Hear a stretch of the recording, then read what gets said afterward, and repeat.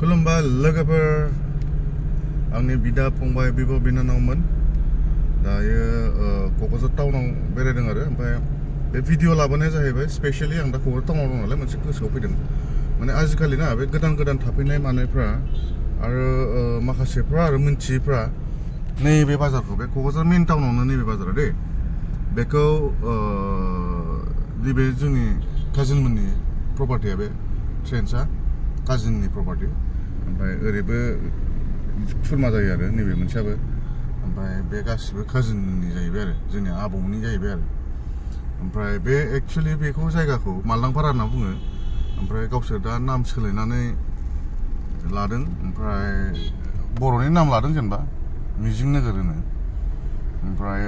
खिन्थु गुबुनफ्रा मा खालामदों बेखौ गोदोनिफ्रायनो बे बिराद फुराना बाजार हो बे आइजोफोरनि बाजार बेयो बाय खालि आइजोफोरल' बाजार खालामोमोन गोदो माने बाजार होयोमोन जाहैबाय आरो दा नैबे अमा होग्रा जाबाय गोदानसो ओमफ्राय बेफोर गासिबो आइजोफोर जोबमोन आरो सिगां दा साफा सानै माबा हौवा नुगोन ओमफ्राय ओरैहायबो नै दाउ थाव माबा माबि फानो ओमफ्राय ओरैहाय नै ना था फानग्राफ्राबो बर' दङ बर' हिन्जाव सानैसो दङ ना फानग्राफ्रा ओमफ्राय बे माखासेफ्रा बे हारसाफोर दङ बर'फोर सानै साथामसो दं बिदि दा बेखौ मा बुङो हारसाफ्रा बौ बाजार होनना बुङो एक्सुवेलि बेनि नामा बौ बाजार नङा बे खाथि बाजारसो खाथि बाजार जुदि होननो रोङाबा मालदांपारा बाजार होन माने आं ओरैबायदि रागा जोंनो ओंखारदों आं नोंसिनो दा साइनबर्डखौ नुवा नोंसोर साइनबर्डखौ दा दाख्लै रायजानानै होबाय माने क'क्राझारल' लिरो दाना जेडि रड होननानै माने मोनसे साइनबर्ड नुदों आङो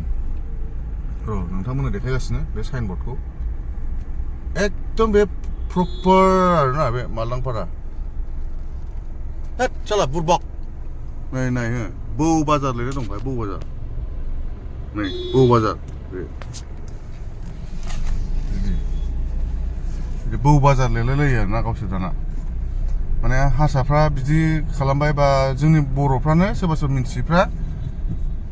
बौ बाजार होननानै बुङो आरो बेखौ खिन्थु बेनि एक्सुवेल नामा बौ बाजार नङा बेनि नामा जाहैबाय खाथि बाजार नङाबा मालदांपारा बाजार होनबानो जाबाय आरो खाथि बाजारा जाहैबाय बाहाय सासे बुरि दंमोन खाथि नामानो खाथि आरो खाथि नालाय बर'नि नाम आरो खाथिनि मानसि नालाय खाथि होनोमोन आरो बे मानसिखौ बे बुरिखौ ओमफ्राय जोंनिनो खुरमा जायोमोन बे मानसिया बे बुरिया गोदो बेनो फार्स्ट बाजार होजेननाय जाहैबाय आरो बे माने बे खाथि बाजाराव माने गोदोहाय बे बुरियानो फार्स्ट बाजार होजेनदोंमोन जाहैबाय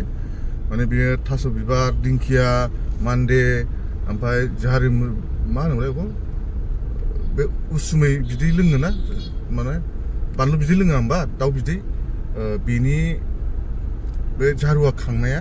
बेखौ फानोमोन आरो बे बुरिया माने जोंनिनो एसे खुरमा जायो मानसिया ओमफ्राय बेनिफ्रायसो बेखौ खाथि बाजार खाथि जिरायोमोन नालाय खाथि बाजार होननानै नाम बुंदों आरो ओमफ्राय दाना लासै लासैनो मा जालांखो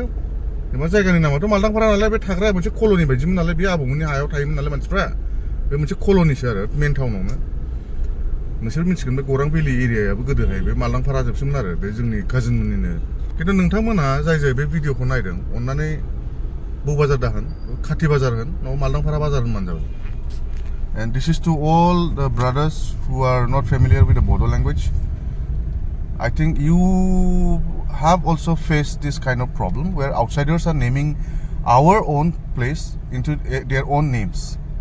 Like this particular place I have shown,